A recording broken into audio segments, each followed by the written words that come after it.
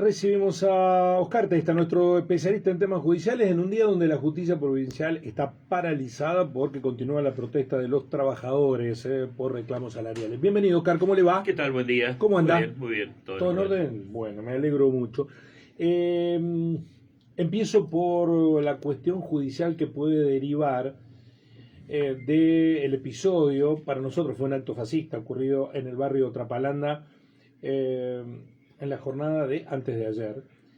La pregunta que nos hacíamos, ¿por qué no habían detenido a alguien? No sabemos qué fiscal está actuando. Sí, está actuando el tercer turno. El tercer turno a cargo Sí. de Di Santo. Moiner. Tercer turno. Sí. ¿Sabe si hay detenido o no? La verdad que no. Por lo menos hasta ayer no había versiones de la detención de ninguna persona.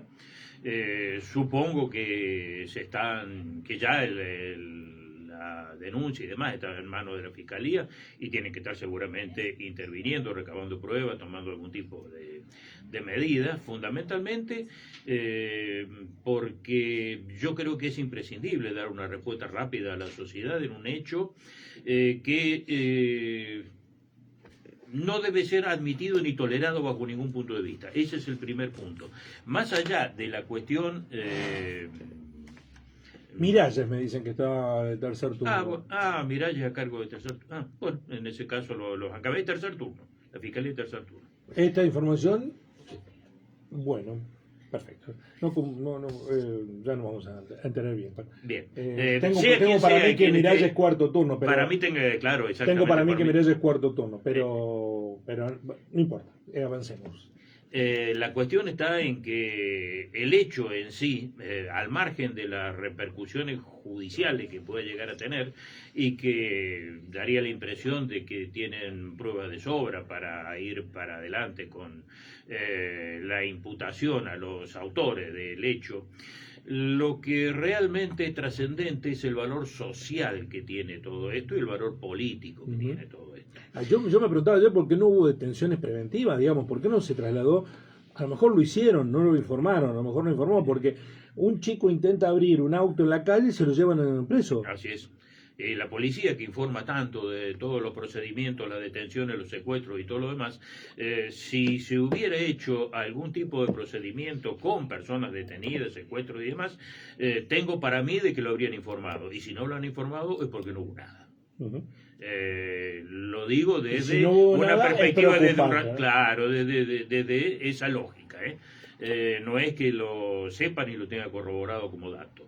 Es sumamente preocupante porque estamos hablando de personas que de alguna manera tienen una trascendencia pública, una persona que es militante en el tema de los derechos humanos y con familiares que forman parte del colectivo LGTB que fueron insultados, agredidos verbalmente, amenazados y en una situación en que pasó a la vía de hecho a través de arrojar objetos que destruyeron vidrios de las aberturas de la vivienda. Ese tipo de situaciones no es ni justificable, ni tolerable, ni admisible bajo ningún punto de vista en ningún tipo de sociedad civilizada. Que estas cuestiones de utilización de vías de hecho para manifestar discrepancias fundamentalmente con la forma de pensar, con la forma de vivir, con la forma de asumir roles en la sociedad que de ninguna manera afectan absolutamente a nadie y que son pura y exclusiva responsabilidad de quienes lo viven a su manera y ejercen los actos que llevan adelante, la actitud netamente fascista de la reacción violenta en contra del que piensa diferente no puede ser ni admitida ni tolerada, insisto en esto, por ninguna parte de la sociedad y merece el más enérgico repudio de parte de todos aquellos quienes entendemos la convivencia civilizada y democrática como un pilar básico del desarrollo de las sociedades. ¿Encuadran delitos, Oscar, eso? Sí, claro que encuadran delitos. Tenemos el delito de amenazas y el delito de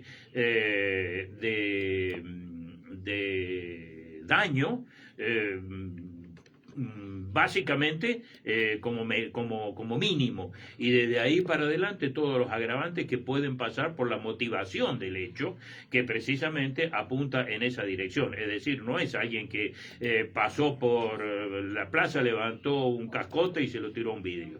Es infinitamente más grave, pero insisto en esto, independientemente de las repercusiones que la cuestión judicial pueda llegar a tener, lo que importa fundamentalmente y que me gustaría ver reflejado en todos los medios es una reacción de todas las fuerzas vivas de la ciudad repudiando este tipo de cuestiones y poniendo de resalto qué tipo de sociedad es la que queremos vivir, donde la tolerancia y el respeto al que piensa distinto tienen que ser, sin ninguna duda, pilares absolutamente básicos. Si se empieza a derruir eso, la guerra del todo contra todo está a la orden del día. Sí, y además ojalá que los actores políticos, ¿no? Por supuesto, es que ahí estoy que tienen que poniendo el acento. participar. Yo espero que esto forme parte del No veo debate. una reacción de nadie, prácticamente más allá de los organismos de derechos humanos, muchos y de las minorías encuadradas en el movimiento LGTB, precisamente porque quienes fueron víctimas del hecho son personas que activamente están dentro de esas dos estructuras, pero con lo cual es absolutamente natural Sí, que ese tipo tipo de políticos reacciones es que el Consejo Deliberante, claro, los partidos, el defensor del pueblo, el exacto. intendente, me parece que hay ahí como una agenda, ¿no? Sí, que se está demorando en manifestar. Es decir, yo espero que aparezca. Llevamos recién 48 horas de ocurridos los hechos. Me parece que ya deberían haberse hecho públicos. Espero que se lo haga y se lo haga pronto, rápido y de manera contundente. También espero que se manifiesten los organismos representativos de los trabajadores y demás estructuras que uno tiene la certeza de que han sostenido este tipo de principios, y precisamente cuando han estado puestos en juego, como en estos hechos del día domingo, apunten con el repudio, con la energía suficiente y la publicidad suficiente de esas tomas de posición. Bueno, pregunta Adriana, ¿no? No sé si por lo que estamos hablando nosotros. Dice, les pregunto si ustedes hablan de esos sujetos ¿qué se sabe de un contador encargado del club estudiante? ¿Por qué lo protegen tanto? ¿Está desaparecido? ¿No lo buscan hace bastante? Debe estar haciendo referencia, me parece, al chico al secretario de prensa. El secretario de prensa, claro. Me parece, Adriana, que dirigió mal el mensaje, porque nosotros... Digamos que hay una vinculación en cuanto a la actividad, es decir, la actividad económica precisamente de la desaparición de este chico. Puede ser, pero nosotros hemos hablado hasta el cansancio acá. Lo hemos hecho público en este programa. Fue el responsable de hacerlo público Alejo, nuestro compañero. La verdad, sinceramente, Adriana a lo mejor nos está preguntando a nosotros para apuntarle a otros, pero a nosotros, generalmente. Y si no tenemos más novedades, es por dos razones. Primero, porque resulta complicado para este medio de comunicación hablar con el doctor Miralles, porque nos propone un formato que a nosotros no nos gusta, no creemos que ponga en valor nuestro rol periodístico, es mandar un audio, les mando un audio. No, nosotros queremos hacer preguntas y repreguntar, entonces, y además porque para eso están los periodistas, para eso estamos los periodistas. Otros medios le aceptan conforme esa lógica, nosotros no se la aceptamos. Entonces nos dice, cuando le podemos hacer una nota, les mando un audio. No nos interesa un audio, nos interesa entrevistar. Entonces, se nos dificulta desde ese punto de vista. Pero hemos estado trabajando en el tema permanentemente. Bueno, vayamos a otro tema. Vamos al tema Cristina. Cristina Fernández de Kirchner recusó a uno de los integrantes de la Corte Suprema, quedan tres nada más, Ricardo Lorenzetti, por las declaraciones públicas realizadas el jueves 1 de mayo en el canal América 24, no hacen más que confirmar las veladas amenazas en off vertidas en el diario Clarín el día anterior respecto de la situación procesal, que la podrían inhabilitar para participar como candidata. ¿Quién decide si lo inhabilitan o no a un juez de la Corte. ¿Los otros integrantes? Claro, los otros dos miembros Los de la otros Corte dos. son los que tienen que resolver. Y si uno si quiere, el otro le dan quiere. curso o no le dan curso, primero. Sí. Sí, porque puede ser resuelto in limine si entienden que no ¿Qué existen significa in limine? sin tramitación. Con los elementos que ya han sido aportados por la parte recusante, podrían llegar a desestimarlo. Y si le dan curso, tiene que pedirle el descargo al juez, siempre y cuando Lorenzetti se niegue. Lorenzetti podría admitir, cosa que no va a ocurrir con toda seguridad, la recusación, porque sería una admisión de responsabilidad en cuanto a estar prejuzgando, porque lo que está fundada la recusación a Lorenzetti pasa básicamente por lo que sugiere entre líneas, es decir, el Lorenzetti es un declarante lo suficientemente hábil como para no dar motivos objetivos y claros y concretos de situaciones en las cuales puede ser recusado, anticipando opinión, por ejemplo. Pero lo que está diciendo respecto de que no habría mayores objeciones para ser resuelto rápidamente en el primer semestre, diciendo de que lo harían lejos de las elecciones como para no tener efecto en aquel momento, lo que están diciendo es que recurrirían a ese famoso artículo del Código Procesal Civil de la Nación, que los habilita a rechazar los recursos, manifestando que no existen cuestiones constitucionales en juego y por lo tanto la resolución de casación quedaría firme. En la recusación de Lorenzetti puede ser resuelta de dos maneras: o se le da trámite, o aún sin dársele trámite puede ser resuelta con la cuestión principal, es decir, por ejemplo, rechazar la recusación presentada por Cristina Fernández y decir de que no hay cuestión constitucional en juego y que el fallo queda firme, lo cual complica bastante la situación de los otros dos miembros de la Corte, de Rosenkrantz y de Rossetti, porque ya lo hemos dicho en otras oportunidades acá, que se fueron presentando numerosos planteos a la Corte por parte de los imputados respecto de situaciones que vulneraban el debido proceso, vulneraban la cuestión de la objetividad de los jueces que estaban resolviendo, etcétera. ¿Y qué es lo que resolvía sistemáticamente la Corte? Que todas esas cuestiones no iban a ser resueltas porque no había un fallo, no existía el famoso caso. Al no existir un fallo no entraban a considerarlo. Ahora sí ya tienen el fallo y tendrían la obligación, desde mi punto de vista, de resolver todas aquellas cuestiones que dejaron de lado con el argumento de que no había un fallo para tratarlo.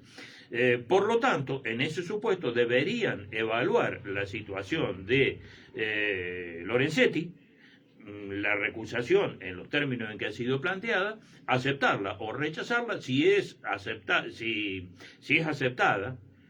nombrar un conjuez dentro de todo el procedimiento que está ya establecido para integrarse a los dos jueces que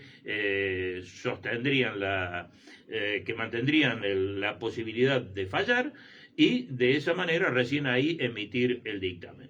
La cuestión no es menor, precisamente porque dejaría en letra muerta una cantidad enorme de planteos que se realizaron. Yo me acuerdo de algunos puntualmente, eran de que habían 51 acusaciones de obras pagadas y no concretadas, y las pericias se hicieron a medias y sobre 5 obras nada más, de las otras 46 no se hicieron nunca. La cuestión de la comparación de obras y pagos que se fueron haciendo en obras que se fueron deteniendo por los problemas de mayores costos, etcétera, de imposibilidades de las empresas de concluirlas, de rescisión de contratos, esas comparaciones con obras públicas de las otras provincias no se hicieron nunca. Bueno, todo ese tipo de planteos se formularon en su momento ante la Corte Suprema, que digamos que el Tribunal Inferior falló en función de esos elementos que tenía, sin admitir mucha prueba ofrecida por los acusados, Y bueno, ahora tiene caso en la Corte Suprema y debería resolver todo aquello. Es decir, tendría que decir si es correcto o es incorrecto la forma en que se produjo la prueba y cómo se la valoró también en las dos instancias anteriores. Es decir, en el juicio oral y a su vez lo que manifestó la casación antes de que llegara la causa a su conocimiento.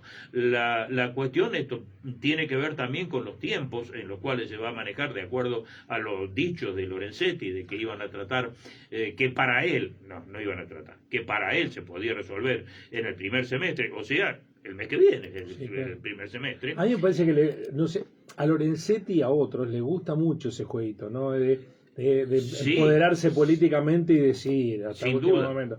Lo que pasa es que están frente a un problema político desde el punto de vista que si la prohíben a Cristina la empoderan, Sin ninguna duda, ¿no? claro. Y el resultado de la elección termina siendo un resultado que no va a reflejar la realidad porque va a estar condicionado por una decisión judicial y eso puede aglutinar voluntades políticas opositoras que terminen siendo un boomerang para el oficialismo. Precisamente el oficialismo está advirtiendo eso en el tratamiento de ficha limpia.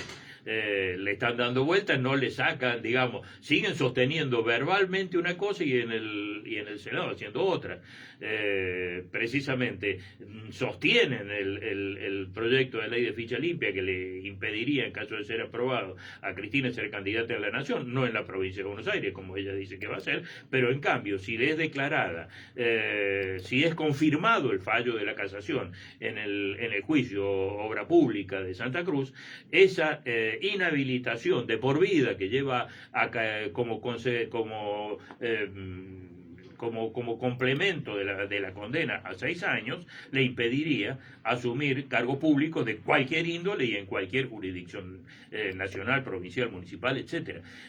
Digamos que son dos situaciones que por allí, desde el oficialismo, se ve reflejado un poco lo que pasó con Lula en Brasil, que cuando recibió, antes de ser habilitado por el Superior Tribunal Federal de Brasil, la habilitación para competir y le ganó las elecciones, de alguna manera lo instalaron como una víctima del sistema, como un mártir de la persecución política y judicial fundamentalmente.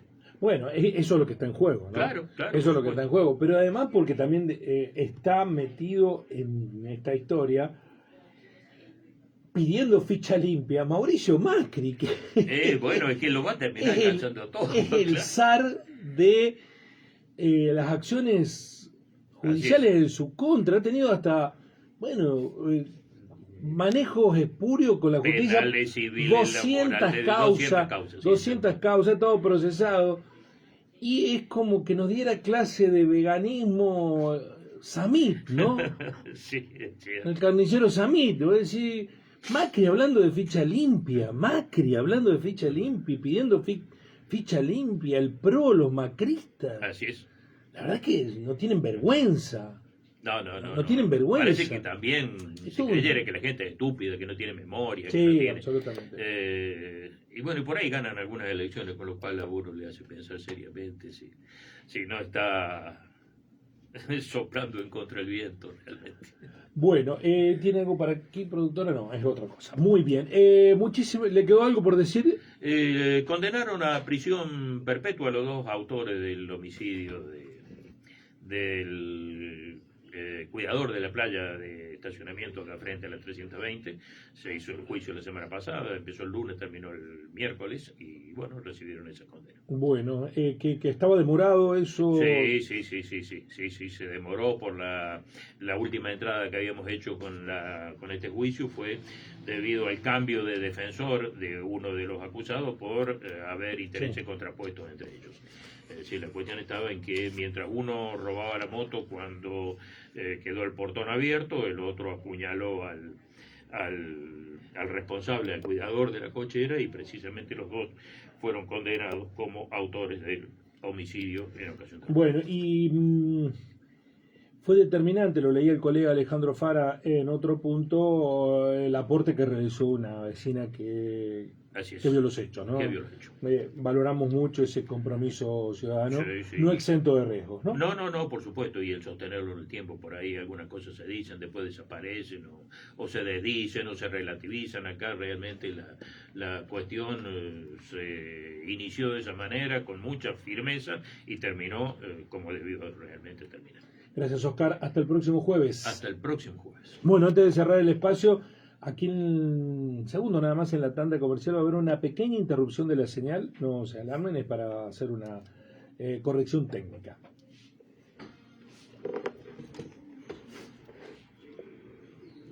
Perfecto, no, ella iba a cerrar el bloque y después lo decía, pero no quedó mal, no hay problema. Y porque viste que viene te enchufa, te está la rabia. Mentira.